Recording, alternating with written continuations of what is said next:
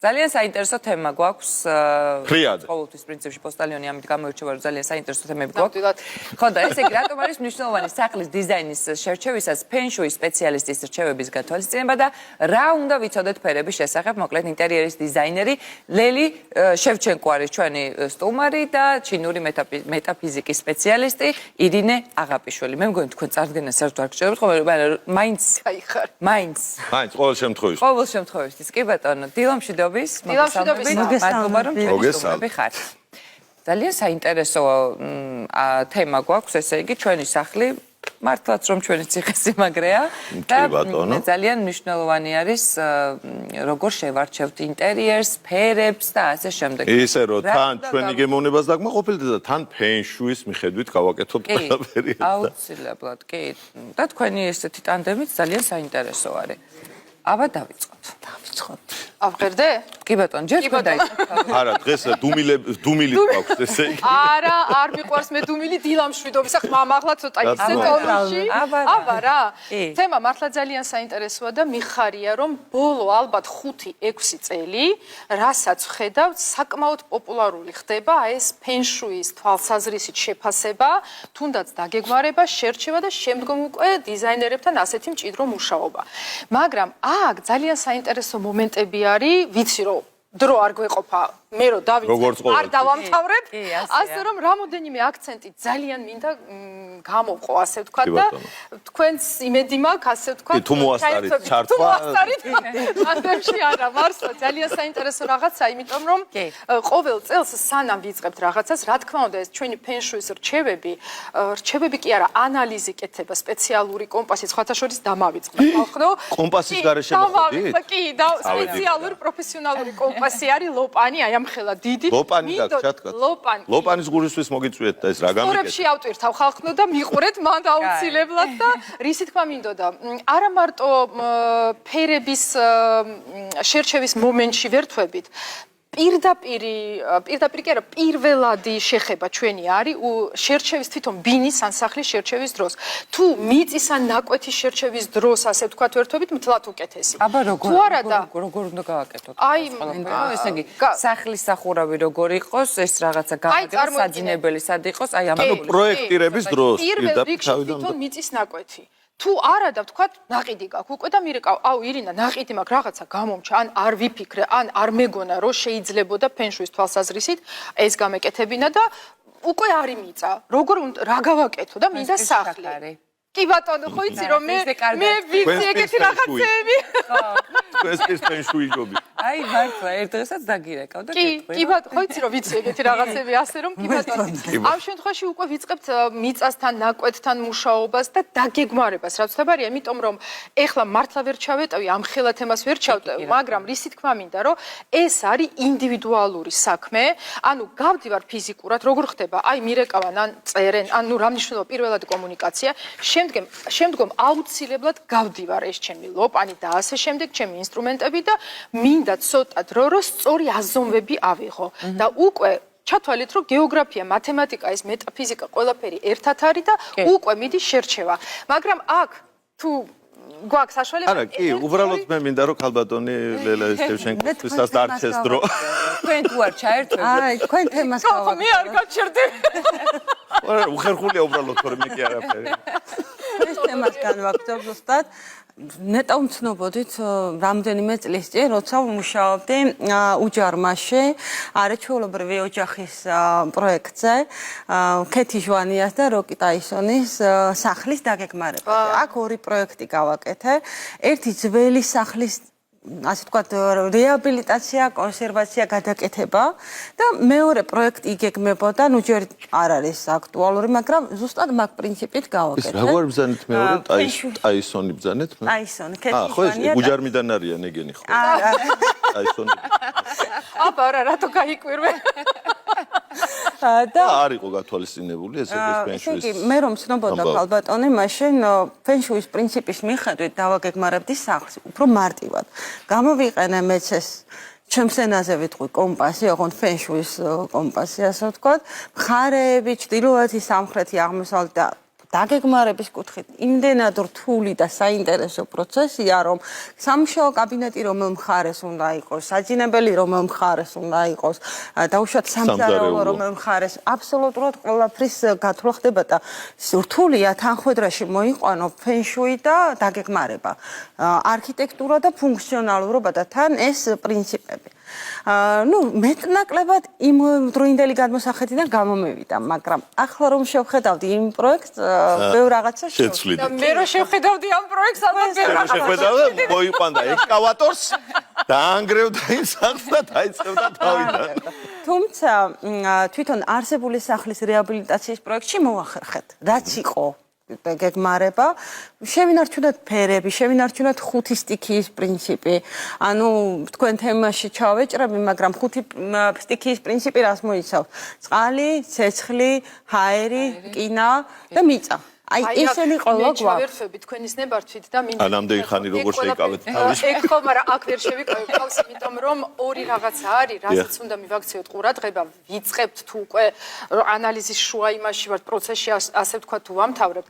ყველაზე მნიშვნელოვანია ეს არის ადამიანის ინდივიდუალური მონაცემები, რომლის გარეშე პრაქტიკულად შეუძლებელია რაიმის დაგეგმარება. მეორე არის თუ ავაშენე ჩემ რაღაცეებზე, მე გავყიდე იმ სხვა მიყიდა მე ეგ სხვა, ეგ პრობლემაა. რომ ყველაზე ხშირად თან ჩვენ უძრავ ქონებასთან ძალიან ახლო შეხება გვაქვს. უძრავი ქონების საერთაშორისო ასოციაცია დავაფუძნეთ ზუსტად ამ განხრით აქედან წამოვიდა ეს ამბავი და უკვე სტატისტიკიდან გამომდინარე შემიძლია ვთქვა და ის თეორიული მასალა როგორ გითხრათ, უფრო სანდო გავხადო, რომ რაც უფრო ცუდი ენერგეტიკა აქვს სახლს, უფრო მარტივად ხდება მისი რეალიზაცია და რატო? იმიტომ რომ მოდის ადამიანი, რომელიც არის ცუდ პერიოდში. და ეს ორი ცუდი, ძალიან მარტივი ენით ვსაუბრობ ახლა, ამ ორი ცუდი ელემენტის შერწყმის შედეგად შეგვიძლია აი დამანგრევებელი შედეგი მივიღოთ. ჯანმრთელობაზე მაქვს საუბარი, ეგ პირველია და მეორე არის ფინანსური კეთილდღეობა. მოდით პოზიტივზე გადავიდეთ, ეგრევე არ გადართოთ არანაირად. ამ ყველაფრისთვის არის ძალიან მნიშვნელოვანი, რომ სახლის დაგეგმარებაში იყოს ეს ფენშუის ელემენტები. სრული სერიოზულობით ვამბობ, ამიტომ ცოტა ვიფიქრე, რომ გადავიყვანო ცოტა ხუმრობაში. არა, ძალიან გამოდის, საინტერესოა, მაგრამ მართლა ეგრეა. ის პირველ რიგში კარი, ანუ ძირითადი კარი სახლის იქნება თუ ბინის იქნება, თუ ბინა იქ სხვანაირად ითვლება, იმიტომ რომ ბინის შემთხვევაში თვითონ სადარბაზოს ან შეიძლება ობიექტის. ეხლა თანამედროვე როგორ გითხრათ, უძრავ ქონებაშიც არის ძალიან ბევრი მეტამორფოზა. ჩინური მეტაფიზიკაც ნუ ეხლა გუშინდელი მოგონილი ნამდვილად არ არის და მისი ადაპტირება და ახლანდელში მოყვანა ცოტა კი არა და რთულია, მაგრამ ნამდვილად ვცდილობთ, რომ სწორი სინქრონი გამოგვივიდეს იმისთვის, რომ დაიდოს შედეგი. რას ვგულისხმობ? თუ აქამდე განიხილებოდა მხოლოდ კერძო სახლები, იქ შედარებით მარტივია. შემდგომ გადავედით კორპუსებზე. კორპუსებზე ძალიან რთული იქნება. კორპუსებზე ძალიან რთულია, იმიტომ რომ დამწყები უშვებს ძალიან დიდ შეცდომებს.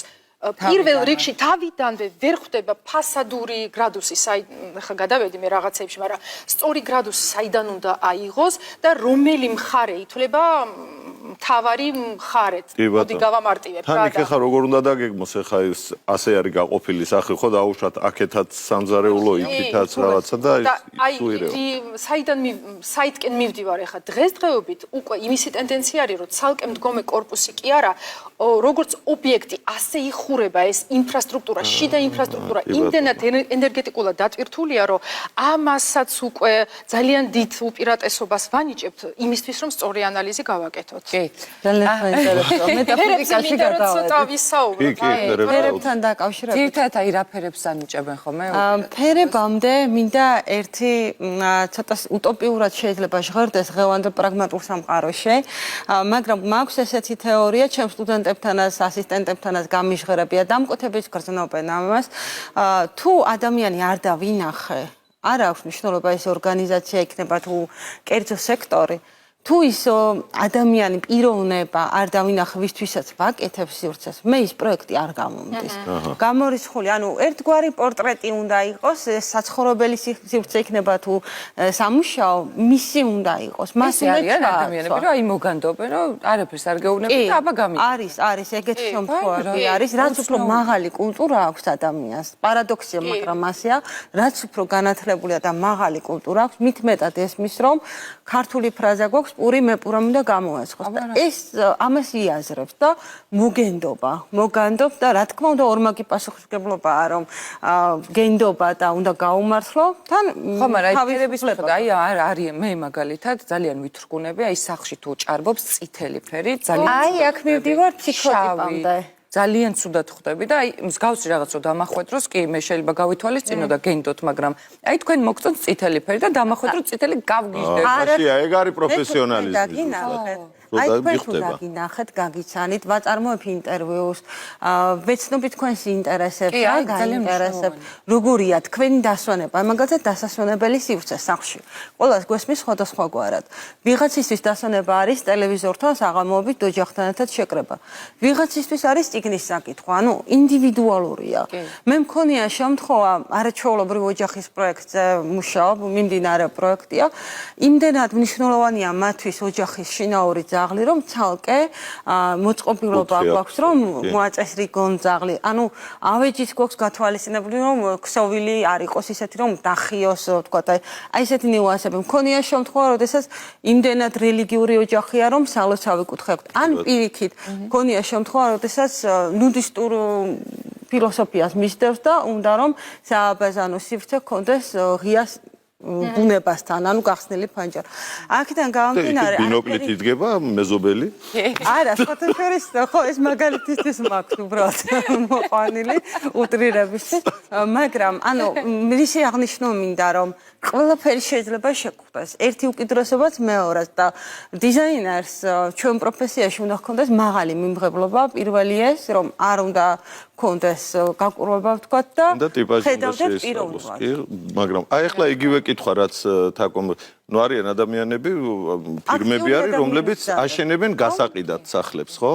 აი ამ შემთხვევაში როგორ უნდა მიუდგეთ თქვენი? სხვანაირად ხო, აი როგორ? იმიტომ რომ იქ უკვე მე არ მაინტერესებს კონკრეტულად იმ ადამიანის კეთილდღეობა იმ სივრცეში, რომელზეც არის საუბარი. ეგრეთ წოდებული საინვესტიციო მიმართულება არის ეს. მე ცოტა პრაქტიკულად მიყვარს საუბარი, იმიტომ რომ ციფრებში უფრო მიყვარს, ასე ვთქვათ, გამოხატული გინდა ეს ჩვენი მეტაფიზიკა და გინდა ნებისმიერი სხვა. შესაბამისად, მე მჭირდება ისეთი სივრცე შევქნა კი არა და ჯერ შევარჩიო და მე სწორი მიმართულება მივცე ამ ენერგეტიკულ მიმართულებაზე მაქვს საუბარი, რომ ან გაიყიდოს და შესაბამისად ამ მიმართულებიდან შემოვიდეს თანხა, ან კიდე თუ გრძელვადიანი ინვესტირება, მაშინ სხვანაირად უნდა გავთვალო, თუ ადამიანს სურს მაგალითად გააქირაოს, ან ნუ სხვა სახლების მეშვეობით ხანგრძლივ პერსპექტივაში მიიღოს ის მოგება, რაც მას ვინც შევადაუშვოთ იმ ბინაში, იმაზე რაღაცა არის ბინები მაგალითად კი სამუშაო გექნება. ნუ უნდა გადააკეთოს ახლა იმას. აი თქვენს თემას საინტერესო რაღაცას გეტყვით, ყაზახეთში ქონდა ეგეთი პროექტი, გაკეთებული გვაქვს, შერჩეული რაღაცა. იქ ვინც შედიოდა წელიწად ნახევრით ან 2 წლით აუცილებლად თხოვდებოდა და მე მიდიოდა სხვაგან. ოი რა კაია, მისამართი რომ გამოაქვეყნო. ეგ ძალიან მაგარი. აქედან რამდენს გავაგზავნით? ცოტა მაგიას მსგავსება იქ ყველაფერი, მაგრამ ფილიში რო გავაკეთოთ ეგ კუთხე მერწმუნეთ, ისეთი შემოსავალი გვექნება. აი ეთერის მერე ოღონდ 1-2 წელი არის, ცოტა რო აჩქარებული რო იყო. შესაძლებელია, ნუ შესვლა ერთ კვირაში შეაძლო კონვერი რო იყო. რიწილიწილით რო ვახო.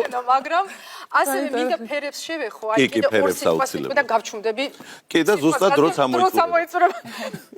ყოველ წელს ფერების ინსტიტუტი პანტონი აცხადებს ფერს. ანუ ტრენდული ფერი არის წლის წამყვანი ფერი. წელს 2025-ში ვართ. მე უკვე ჩემპიონატზე ვარ, ასე რომ 6-ზე მაქვს ფიქრები. 2025 იმდენი ითვალა რომ კი, იქით ვარ. მოცებული მომენტი გამორჩა. 2025 წლის წამყვანი პანტონის ფერი გამოცხადებული ამ ფერების ინსტიტუტის მიერ არის ეგრეთ წოდებული chocolate mousse, ანუ შოკოლადის მუსის ფერი. დიეტაზე ვინც ხართ არ გადართოთ, ამაზე აღარ ვისაუბრებ. მეც მიჭირს ამ შუა გაგანია დიეტის დროს ამაზე საუბარი, მაგრამ გავიგეთ რომ დიეტაზე გაკვრი. კი, მარტო გაიგეთ რომ შედეგი რა თქმა უნდა ამაზე ცალკე მოგიწევთ აუცილებლად. შესაბამისად რატო ეს შოკოლადის მუსის ფერი? 2 რაღაცა არის. პირველი მთელი ფილოსოფია ამაში დევს, რომ ეს არის პატარა სიამოვნების კულტურა, ჩუმდები და მეორე არის ის, რომ ფსიქოლოგიური მომენტი, აი ეს დაძაბულობა მთელი მსოფლიოს მასშტაბით რაც ხდება, ჩვენ ვეძებთ ისეთ ადგილას, სადაც მყუდროდ, დახურულად და დაცულად ვიქნებით. კი, თქვენს თემას განვაგრძობ. ანუ სწორია, როდესაც ინტერვიუს ვაწარმოებ, სვამ პირველ კითხვას რას? ეს სივრცე რასაც აკეთებთ, თქვენთვის გნებავთ თუ გასაყიდად, ან გასაქირავებლად. იმიტომ რომ როდესაც თქვა ბინას ითვალისწინებენ რომ ცხოველებს უნდა გაქირავდეს, სხვა გათვლით კეთდება. ფერებთან დაკავშირებით როგორ მივაგნოთ ფერებს? ერთია რა მოსწონს ადამიანს ფერები და რა მოსწონს ეს პირობითი ცნებაა, იმიტომ რომ შეიძლება მეგობარს მოსწონს რაღაცა გავლენის ქვეშ მოექცა, მაგრამ რა არის რეალურად მისი ფსიქოტიპისთვის კარგი? იმიტომ რომ პარადოქსი შეიძლება იყოს და უტოპიებში გადავდიოდეთ თქვათ ერთი შეხედვით, მაგრამ თუ მაღალწნევიანი ადამიანი ის წითელ გარემოში არ უნდა შეიყვანო. ცნება უწევ. თუ მაღალ მადას უჩივის და უყვარს სუსტნაობა, ნარინჯისფერი სამზარეულო არ უნდა გაუკეთო. პირიქით და ფერი ჩააკრო მეთანხმება ქალბატონ. აუ ისეთ საინტერესო ამბები გვაქვს. მქონია ესეთი შემთხვევები, როდესაც ძალიან აქტიური ადამიანი, ძალიან აქტიური და მას პირიქით 7 ფერები უნდა სახლში. აბა რა აუცილებლად. რომ დაისვენოს, იმიტომ რომ გარეთ არის აქტიური და ანუ ადამიანის ფსიქოტიპის შესწავლია და აუ ისეთი ამოუწურავი თემა არის, რა თქმა უნდა. ხო, მოკლედ ისე ვარ ყოფნის დრო არასდროს და რა გავაკეთოთ. დაახლოებით მონახაზი უკვე ყველაფერი კარგად იცის, მე დარწმუნებული ვარ რომ ჩვენ კიდევ შევხვდებით ესე და გავაგრძელებთ, იმიტომ რომ ცოტა ისეთი თემაა, ერთი განვრცობა უნდა კი ბატონო. ერთი გადაცემა ნამდვილად არ ეყოფა, ამიტომ უნდა განვავრცოთ ეს ყველაფერი, ხო, განვრცობილი. მოკლედ ძალიან დიდი მადლობა რომ იყავით ჩვენ სტუმრები.